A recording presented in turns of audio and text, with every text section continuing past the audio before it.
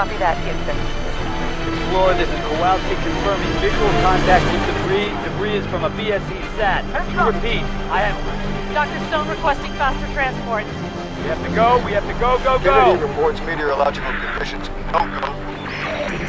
Houston, Explorer, copy. Explorer, Dr. Stone requesting faster transport to Bay Area. Explorer, do you copy? Explorer, permission to retrieve Dr. Stone. Your go form. Houston, Explorer, copy. All right. We've lost Houston. Oh, We've lost Houston. unstrap. Look, we need to get the hell out of here. Need some help there, man? No, don't wait for us. It's stuck! Man down! Houston, this Man is down! Explorer, copy. Houston, this is Explorer, copy. Kowalski, report. Explorer's been hit. Explorer, Explorer, go to the floor. Astronaut is off structure. Dr. Stone is off structure. Yeah, that's a real problem. And by that, I mean space debris. Basically, space debris is the collection of objects humans have sent up, accumulating in rings around the Earth, causing potential harm to existing satellites and spacecraft.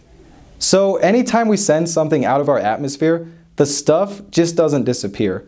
And over 50 years of sending rockets up, this stuff has started to add up and poses a major threat to functional satellites as well as the International Space Station. So the people on the ISS have an everyday fear of that happening. While we have nightmares about public speaking, these guys are worried about being flung out into space for all eternity. But what exactly are they afraid of? Since old satellites alone are low enough in number that collisions are extremely unlikely, well, satellites aren't the only objects that have been left in space. Old rocket jumpers, as well as more specific objects, also contribute to this ring of debris surrounding Earth. For one, old Soviet nuclear-powered spy satellites are leaking coolant into space that is congealing into balls about an inch in diameter. There's also 400 million tiny antennas that were launched into space by the Air Force in 1963 that travel around the Earth's orbit in lethal clumps. Even the paint on spacecraft has the tendency to erode in the harsh environment of space, turning paint into small pellets of debris. So yeah, a major threat to NASA missions is their logo on their rockets becoming debris and hitting their ships.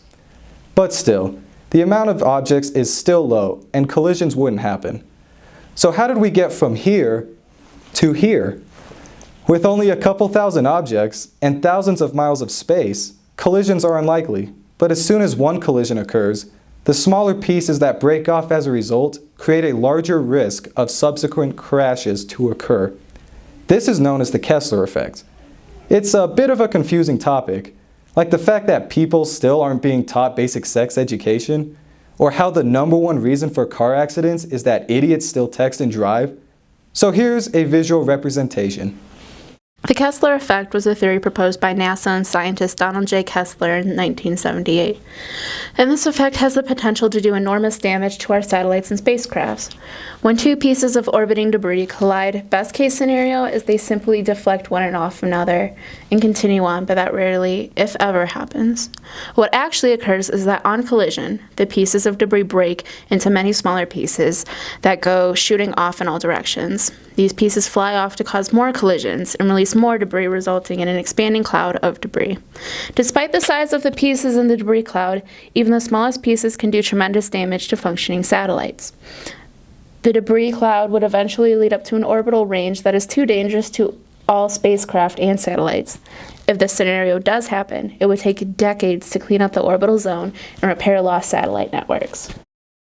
So not only is NASA worried about existing satellites, but once a single collision has occurred, there are thousands more objects launched out into space. And the rate of collision increases again, until at some point there are so many objects that a collision is nearly impossible to avoid. And the amount of debris that we have added since our first launch in 1950 is astonishing.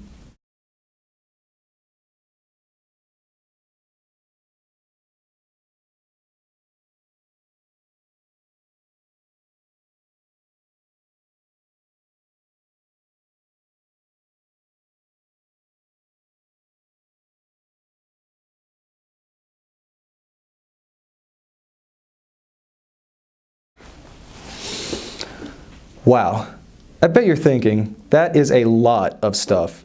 But I mean, those white dots are tiny. They ain't gonna do anything. Would I be afraid of some bees coming at me? Fuck yeah.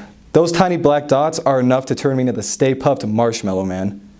But these small pieces of debris actually pose a serious threat to existing spacecraft.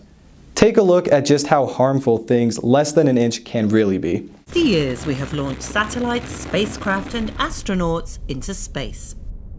As a result, the Earth is surrounded by a cloud of debris. There are more than 18,000 objects being tracked from the ground. At least 750,000 fragments of around €1 in size, and millions of pieces that are smaller. Only 1,100 are functional spacecraft. And at typical impact speeds of 40,000 kilometers per hour, all this material could do serious damage. It is not comparable to a gunshot. The energy contained in a 1 centimeter particle hitting a satellite at that velocity roughly corresponds to an exploding grenade. Yeah, that's true. A 1 centimeter object causes the equivalent amount of damage as a grenade. So even a collision between the International Space Station and an eroded NASA logo can cause serious damage. A similar scenario has even happened. Back in 2009, the crew of the International Space Station had to take cover in their escape pods just because a piece of debris about 1 centimeter in size was headed toward them. That's like watching a Great Dane and a poodle in a dog park face off and the Great Dane sprinting full speed away from the poodle. Small pieces of debris don't just threaten the International Space Station. If a piece were to hit a satellite, it might do a lot more damage than you think. Satellites play a huge role in our lives without us ever noticing them.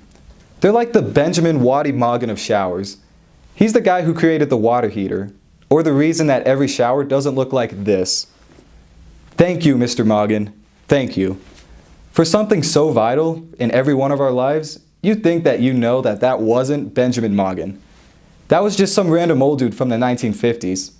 This is Benjamin Morgan. But seriously, satellites play a huge role in our lives. Think about what would happen if one of them were destroyed. It would mean more than just a company losing a lot of money.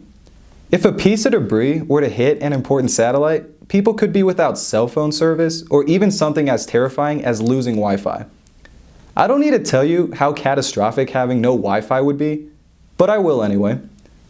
I mean, besides unimportant stuff like having self-driving cars crash and not being able to manage our troops overseas, think about an entire night without Netflix.